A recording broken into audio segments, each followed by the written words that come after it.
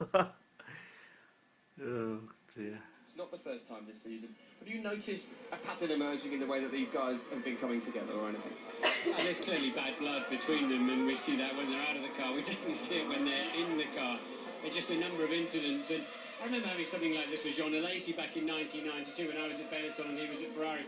We just happened to be the same speed at all the tracks the whole year, and you're always fighting over the same piece of tarmac, and sometimes it's, you know, they yield and sometimes they don't. Picking up on something that was said, of course Felipe Massa was looking in his mirror going down the turnpike because he needed to judge where the other car. I've done it 1,000 times in my life. You've got to look in the mirror to see where the other car is when you're going to take a view on whether in a split second you can turn in or not. You know, it depends which camera angle you look at.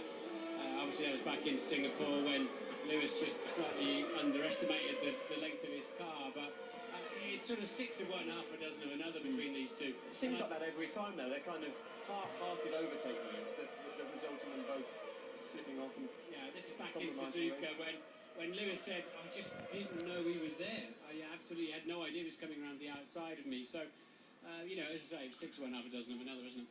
Martin's opinion?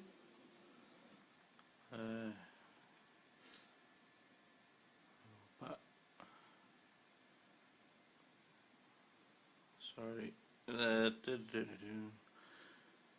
Better, but I can't say it was a classic race if I'm honest. Okay, but it wasn't the dusty track that caused the problem between Felipe There we are, this is in Lewis. India. He's been crystal clear, and he said that he believes that Felipe takes a couple of looks in his mirror before deciding to make the move. Well, let's watch it from Lewis Hamilton's perspective, and perhaps you could talk us through your emotions as we saw this shot live on the television once again. Probably couldn't tell you what my emotions are live on TV, but pretty disappointed, obviously. I mean, yeah, I think it's the stewards made a decision.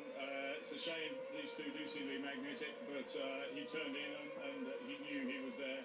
Lewis didn't have a chance. I'm sure others will try and interpret it differently, but I think it's quite fair. Yes, we all think it's quite clear. Martin, I need to talk about Lewis Hamilton.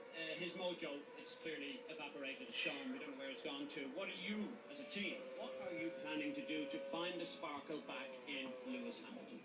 Well, again, you say that. The last race, he then had an impaired car. He defended brilliantly. You know, I think that was a great race that he had there.